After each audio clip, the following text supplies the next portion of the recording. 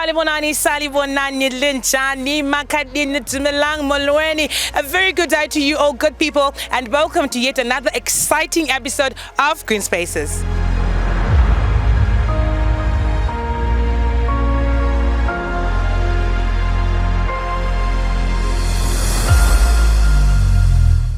Today we are in Domboshava where we are discussing the impact of climate change on food security in peri-urban communities in Zimbabwe. Like I've said, we are in Domboshava and we are discussing how climate change is affecting food security. And as we always say, climate change is a threat to us today and to the future generations to come. My name is Marvelous Tinembochi Bagidi and this is Green Spaces. So my first question today to the ladies that are with me on the panel. Tukuda kutoziva kuti kune vanenge vachirima vane magarden avo vaneti kuminda kwavo makatanga rini kurima mane makore mangani muchirima and pamakore acho wamanga muchirima kumunda wenyu chiboda chibage chenyu ibinzi dzenyu gohwo renyu ranga rakamira sei mane makore mangani muchirima and gohwo racho ranga rakamira sei zvekuti pamwe chibage maikwanisa kutengesa ndo zvichiriko here kanzvona nenyaya kuzvona kunze uku mamiriro acho ekunze achinja zvaane kamusiyano mukati. Ndinofunga tane 3-4 years ndichirima inini asi makohero ataita kudhara naye zvinezvi zvachinja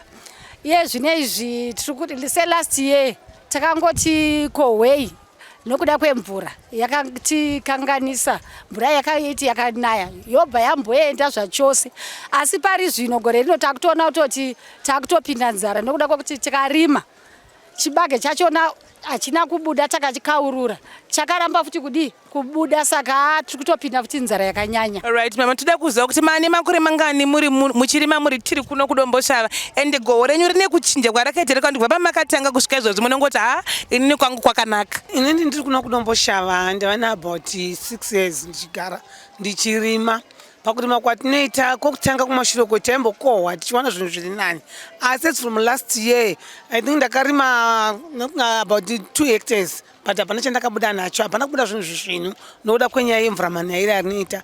This year mvura iri kunaya ini hangu sokudyara kwandakaita ndakadyara chibage chikamira zvakanaka but nenyaya yekuti zvonike zvinezvi nhau dzemafertilizers nei zviri kuita kuti zvinetse nhau yekuti mari cheche iri kunetsa mucommunity medu haisi kubatika iri kunetsa kuwana asi tatarima zviri nazvo kuti nemanyairi ari kuita mvura tatichatarisa kuti otherwise tinogona kubudawo nezviri nani tisingazivi kuti ichazoramba yakadaro but pastage ane zvibage zvedu zviri pari nani pari zvino ichiri kunaya.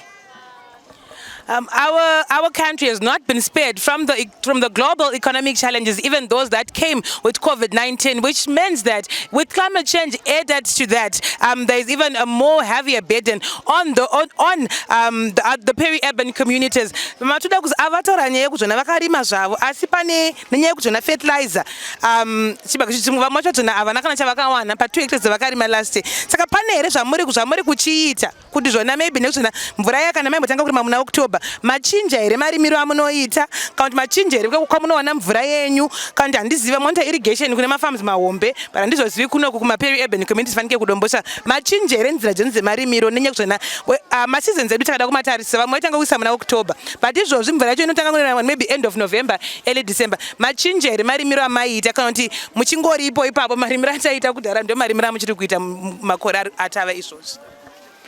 Marimiro ataingoita kudhara iwa ndiwa tichingori nekuti mafertilizer acho zvinhu zvacho zviri kuti dhurei saka zvimwe zvacho tinozongokontinya ngoti regai tingorima pamwe this year tinobuditsa pamwe tichingodaro saka zvinhu zvacho zvakatiomei kutaura chokwadi hapana chiri kumbofambira chimwe. And if we look at it, the world at large is talking about going green, is talking about sustainable ways of farming, sustainable agriculture. But then the question that we want to pose to the audience and even to the people here, how sustainable are these methods of farming and who actually has the responsibility to actually raise awareness and educate farmers in peri-urban communities to adapt to the alternative ways of farming so that we can conserve our environment and have a better environment for the future generations.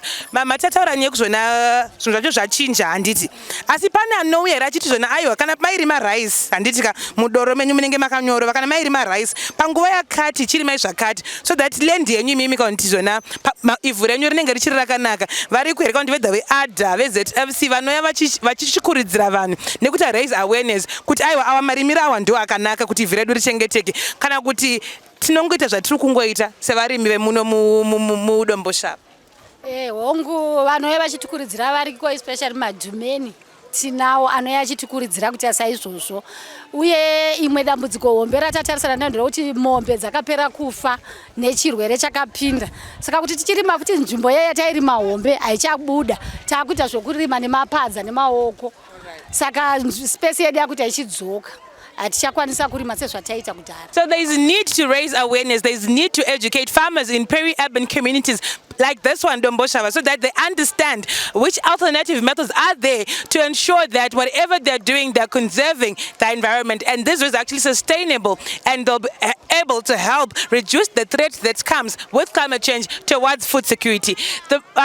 She mentioned how there was an outbreak that killed so many cattle in this area. And she says because of that, now they'll be using their hands to actually farm their land. So that means that whatever they were doing back then, they're actually doing less as they cannot afford to cover as much ground as they did when they had animals. But also climate change is also the one that also causes these pest diseases that come and even crop diseases that come, which are also posing a threat to climate change. And even crops even because as I understand ndopane kuti ndokupe kuti hupfu ndowekudya kana chibage ndechekutengesa saka zvinenge zvakuzokukanganisa imi musamai vemhuri maita marima zvenyu but then hapasina goho kana kuti mombe dzanga dzichikurimirai hapasisina zvinenge zvakuchiaffecta isei imimi nemhuri yenyu. Inini panyaya yekuti zvinhu zvinenge zvakaita semombe nekurima nemaoko izvi zvotiafekta pakuti isu patiita kushanda itawa ages zvinenge zvakunyanya kutiremera nokuti tisina zvinhu zvokushandisa zvinhu zvakadzikadzika toita kungoshandisa maoko edu futi togona kuzorima kasipesi kadiki diki kasina kunyatsokura zvokuti hautombogondokana kurima eka chaiyo tisingatauri zvedu zvehekta hauzomboirima nemaoko simply because zvinhu zvachina zvinenge zvakuwandira usingakwanisi kuti uregedze kurima hazvikwanisiki because ndopanodyira vana vako ndopaunowana ipapo unotonga kutongorima chibage chokuti vana vako wane kurarama vachidyawo vachiwana chokudya vaziva kuti zvinhu zvinobva zvinorimwa kubva muvhu hazvingotengwi zvese. And tiri panyaya iyo yekuzona ndopanowanikwa kurarama kwemhuri. I think also pane bekuzona murimi kuno kudomboshava handiti ane land yake idiki let's say a hectare or 2 hectares marimiro ake nematengesero nekunotengesera murimi atori nefarm yake chaiyo ane A2 farm yake kana ane A3 farm yake zvakatosiyana. Saka ndoda some of the challenges amakuzowana imi makuzona marima kunoko handitika one pane challenge yedu climate change yekuzona mvura yaita shoma saka gora toshoma mombe dzafa saka patarima paita padiki but saka ndape machallenges manje anowedza ari pamusoro peiwawo amunozochisangana nawo pamakuchienda kunze ukanti even pamurika pano pamarket kuzotengesa zvirimwa zvenyu ndezvipi zvimwe zvacho zvamakuchisangana nazvo pamusoro. Dambudziko rataakusangana naro pano pamusoro nderekuti zvinezvi kuti tichiti tokwanisa kana dai tikarima mabhageti togona kuwana mabhageti kana 4 kana 5 kuti ndichouya kuzoatengesa kunoko handichakwanisa ndakutomaneja ichozvo ndoya kunoko kuti ndichichitenga kunongo chibage mari handina kuti timbozamawo kutengesawo hatichakwanisa kutengesa zvokuti tiwanewo kubatsira vana kana kuvatengera mabhuku ekuchikoro kana chii mari hana mutauni awandisa saka kuti isusu titengesere vanhu vese vakuenda kutauni kumarana kunoko hakutina achatenga saka taakutopinda nzara zvoroti hatisi kutoziva pazuva unogona kutoswera usina kutengesa kana dhora wotodzokera kumba kuri kudawo muriwo kuri kuda chii vana vakurara nenzara. Ndesemaonero enyu imimi handimatara pane patine madzimai sekuona kwenyu pamunonorima kumunda handitika muchizonoda kuti mukunono nhasi tanosakura nhasi tanoisa fertilizer tazosvika pakukohwa kwedu tazosvika pakunonotengesa anozonyanyotakurana nemutoro uyu who-based brand kana tiri pahousehold anozonotsakurana nemutoro uyu wekuti onoti pamba panapa padyiwa pamba panapa vana havana kurara nenzara pamba panapa vana vaenda kuchikoro ndiyani mumhurumu nekuti tikada kutarisisa mwana hana vashoma anotamuka anoti dedhi ndikuda porridge hapana saka anotakura nemutoro uyu mumahouseholds edu matiri ndiyani kazhinji ndaamai nokuti baba vanenge vachingoti hameno mwana akaenda kuna baba anonotenda kuna amai vako apo fuichi nina maende ndaswera kunoko hakuna chiri kubuda. Baba wacho wabuda vaenda pamwe mazano vari kuita zvekutotsvaga matombo vachichera matombo. Kumatombo kuya hakuna kana chiri kubuda. Vari kuswera futi vachimhanyisa. Saka izvozvi futi inguva yemvura havakwanisi kushanda nokuti mvura iri kunaya inotya kudhirikira. Saka anoona zvese izvozvo ndaamai.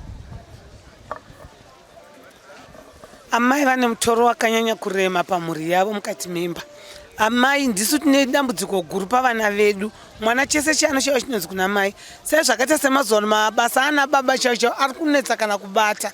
Vana mai tikuti mabati emaoko tichishingira kumbomhanya pano neapo. Tizama kutengesa kadika tine tinako. Tichita kuti vana vedu vararame mudzimba. Vana baba dzimwe nguva vanenge vangobuda kanisa mutezi ndotosiya vakatorara mudzimba imomo. Nokushaya kokuinda. Vamwe like kuno kudomboshava vari kuita zvemakombo kakamboita zvegold vakaenda ikoko. But notinoti sometimes ungapushira murume kunodzikirwa nomugodhi ikoko. Ofuchi kuno kusina chinobuda atambura nokuchera. Saka amai ndo vanosafa panyaya dzemhuri kunyanya. Sesu vamwe tiri masingle mothers tinochengeta vana vedu tega. Saka unonyatsoona kuti zvinhu zvacho hazvisina kumira mushe. Mwana anenge adaenda kuchikoro apa wauya kuno kumusika waswera hauna kana $1 rawadzokera naro, marenzi zvese zvechidiwa even patinorima isu toita pekurenda patinorima pachona. Saka unotoona kuti zvinhu zvacho hazvina kumira zvakanaka. There you've heard it, ladies and gentlemen, that women are actually bearing and carrying the brunt that climate change is putting, and with the risk of food security being threatened, that means that these women are actually fighting hard to be able to put food on the table. But climate change is posing a risk that now they're even struggling more to be putting the food on the table for their beloved families. And today kungotaura kuti mune mashoko here enyu ekupedzesera amungada kuchiudzana kandi maybe muda kuudzwa vamwe pamunorima kuti zvona isi vamwe vanouya kumashure kwenyu kukwanisa kurima ngatiitei so. Can't maybe you would want to say something to those in authority kuti pavanoona zvona gore raita nzara hakuna kunaya kwaita mvura shoma ngavachiuyawo alternative, whether they're going to bring food, whether vachauya vochiti zvona takunza irrigation inenge iri county project lese yecommunity ana mdhumeni voona zvona pane project yekuzvona irrigation yekuti mvura iwanikwe, because as I understand Domboshava dzimwe nguva kunotombonesa mvura mudzimba chaimo. Saka mune here zvimwe zvekupedzesera zvamungachitaura kuti wangu kushandika kwemamuriro ekunze kuri kurwadza munhu wese ende zviri kuitika zvakakonzwa nevanhu isusu mukurarama kwedu. Saka pane zvimwe here mukupedzesera kwenyu zvamungachida kutaura kuti aiwa kana gore raita nzara ngatichiwana chinotibatsira chimwe chakadai so.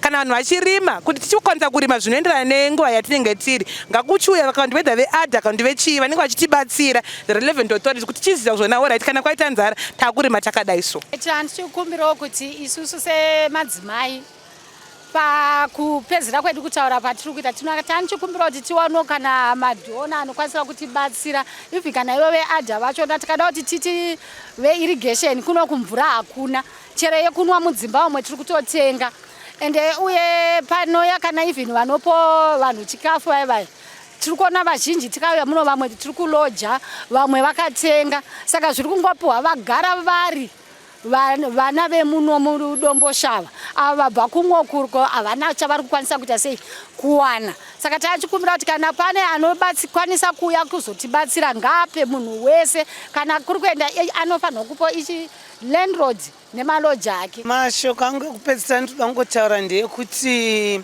kuno kuti tichida vanotibatsirawo nokutipa kana kuti tisawo vanhu vemadzimai vari kutambura kuchengetedza mhuri dzavo tingowanawo vanhu vanotipawo zvinhu zvokuti tiwane mibato yamaoko yokuita kuti tiwane kusimudzirawo mhuri dzedu, tiwane chokuita, tiwane kurarama. Tinoziva kuti hatingarambi tichingopiwa chikafu pese pese munokwanisa kutiigira but tikawanisawo zvokuita tine pangu panotibatsira. As you've heard from those women, they're saying that they need solutions. Yes, climate change is there and posing a threat to food security within the peri-urban community of Domboshava. These are the solutions that they're giving, and these are the grievances that they're posing, and saying that, you know what, yes, there might be droughts, there might be excess rainfall, but at least maybe if there are people who would come in and give us and lend a helping hand in the community, then maybe the threat that's being posed by food security could be lessened. The show was Green Spaces, and today we were in the beautiful Domboshava, and my name is Marvelous Domboshava. From myself and the crew behind the scenes, goodbye, ciao, salakatle, musare jakanaka. Until next time, see you.